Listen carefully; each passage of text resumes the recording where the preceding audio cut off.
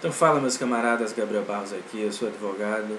Para quem não me conhece, está chegando agora, peço que se inscreva no canal, curta, comente e compartilhe, caso você goste do conteúdo. Porque hoje nós vamos falar sobre a grande mídia, o papel da grande mídia como um grande opositor do governo Lula, né? Que já antes de começar, já tem uma oposição grande. A gente via ali no Estadão um enfrentamento ferrenho, sobretudo na questão econômica, né? Um enfrentamento muito gritante, delirante por vezes também, negacionista do jornal Estadão contra o governo Lula, que em qualquer momento que analisasse, que voltasse seu olhar ao lado social, ou seja, incluindo os trabalhadores no orçamento, aí já causava chilique. E ontem eu estava assistindo, né, ontem dia 5, eu estava assistindo o programa lá do William Vac na CNN, que também é uma mídia muito reacionária, como é a grande mídia, a mídia burguesa, hegemônica, essa que domina, essa que tem mais alcance, é reacionária politicamente, ou seja, atende a interesses bem específicos, que é interesses de acumular capital, acumular dinheiro, portanto, ter mais lucro, ter mais lucro e, em face disso, você tem a exploração da classe trabalhadora. Então eles não querem ver mudanças, não querem ver mudanças significativas. E aí tem sido muito colocado no debate que é sobre a anistia ou não de Bolsonaro, né? Que na verdade a militância petista, ou da esquerda em geral, né, vem sempre trazendo esse grito, né, de que anistia não. Ou seja, a gente não pode perdoar Bolsonaro por todos os crimes que ele cometeu durante a presidência. Ele já cometia crimes antes de chegar à presidência, enquanto deputado. Veja os casos da rachadinha, os imóveis comprados em dinheiro vivo, tudo isso aconteceu antes. Só que durante o seu mandato ele cometeu também diversos crimes, inclusive colaborando e muito em relação às mortes que foram ocasionadas durante a pandemia, que poderiam ser evitadas, mas não foram. Tem pesquisas que demonstram isso, o relatório da CPI é bastante robusto, enfático, para demonstrar isso também. Vocês podem dar uma olhada nisso.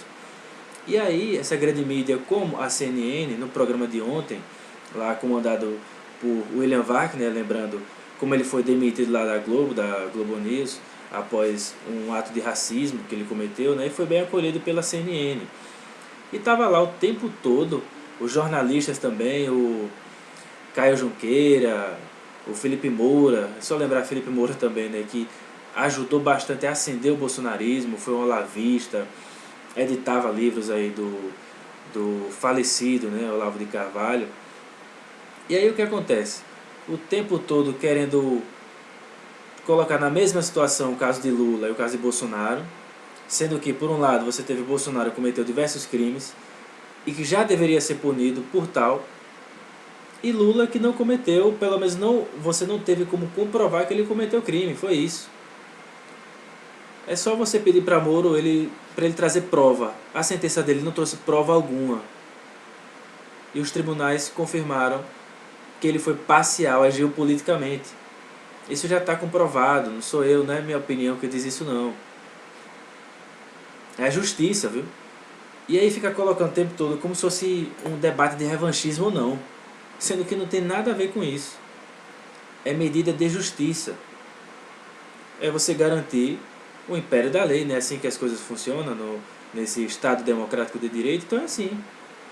Cometeu crime tem que ser punido por tal, ainda mais um crime de uma gravidade tão grande como os crimes cometidos por Jair Messias Bolsonaro, ex-presidente.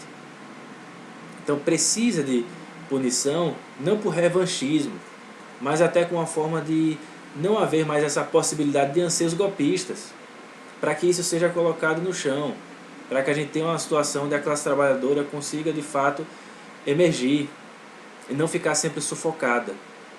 E aí foi muito debatido também a questão do filme 1985, filme argentino, que teve como pressuposto a punição da ditadura lá da Argentina, né, que a gente não teve aqui uma punição, a gente teve uma anistia ampla, geral e restrita. E tem um processo da grande mídia querendo fazer a mesma situação, de anistiar Bolsonaro.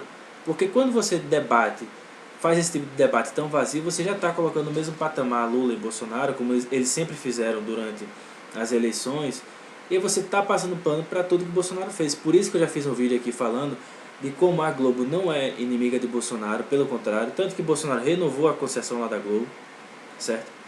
Que a narrativa hegemônica da mídia sempre favorece o bolsonarismo, favoreceu o bolsonarismo. A CNN não é diferente, vem fazendo o mesmo. Aquele grande debate que acontecia antes também, como tem agora o programa Arena, debatendo o tempo todo, insistindo muito nessa questão, revanchismo ou não, anistia ou não, por que os petistas estão falando de anistia? Ou de anistia não, né? Ou seja, para que não haja um esquecimento, um pacto nacional de esquecimento. Que é isso que a grande mídia quer. Um pacto nacional de esquecimento para que os crimes cometidos por Bolsonaro não sejam punidos. Até porque a grande mídia ajudou nesse processo tanto de ascensão como de manutenção de Bolsonaro no poder. Por isso que tem esse interesse em ficar o tempo todo fazendo esse paralelo entre Lula e Bolsonaro, comparando e colocando os dois na mesma situação, como se o caso da Lava Jato fosse o mesmo da atual situação, onde a gente tem que realmente visar uma punição de Bolsonaro por tudo que ele cometeu. Sendo que há uma robustez, uma comprovação, uma materialidade. Não é invenção, não é um uso estratégico, o famoso lawfare, né? O uso estratégico do direito para punir Bolsonaro, não. Tudo isso ele cometeu aí às claras. Então é necessária a punição. E a mídia vem fazendo esse papel muito reacionário, de defesa de Bolsonaro e do bolsonarismo. A gente lembra do ministro aí que está agora até no governo Lula, passando pano também para as manifestações de cunho golpista.